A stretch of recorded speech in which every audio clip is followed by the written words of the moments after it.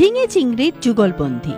ভাপানো ঝিঙে, চিংড়ি মাছ, নারকেল বাটা, পোস্ত বাটা, কাঁচা লঙ্কা বাটা, গোটা কাঁচা লঙ্কা, নুন, হলুদ, আদার রস, লেবুর রস দিয়ে ভাজা চিংড়ি, রসুন বাটা, হলুদ গুঁড়ো, চিনি, নুন, কালো জিরে, সর্ষের তেল, টমেটো সাজানোর জন্য। ভাপানো ঝিঙেগুলোকে মিক্সিতে অল্প করে ব্লেন্ড করতে হবে। তারপর কাঁচা চিংড়ি মাছগুলোকে মিক্সিতে অল্প করে ব্লেন্ড করতে হবে। কড়াইতে কালো জিরে, রসুন বাটা, কাঁচা লঙ্কা বাটা, নুন ও চিনি দিয়ে ভালো করে কষতে হবে। এরপর চিংড়ি মাছ বাটা, নারকেল বাটা, সামান্য হলুদ গুঁড়ো দিয়ে আবারও কষতে হবে। কিছুক্ষণ কষিয়ে ঝিঙে বাটা দিয়ে দিতে হবে। পোস্ত বাটাও দিয়ে নাড়তে হবে। জল শুকিয়ে যাওয়া পর্যন্ত কষতে হবে।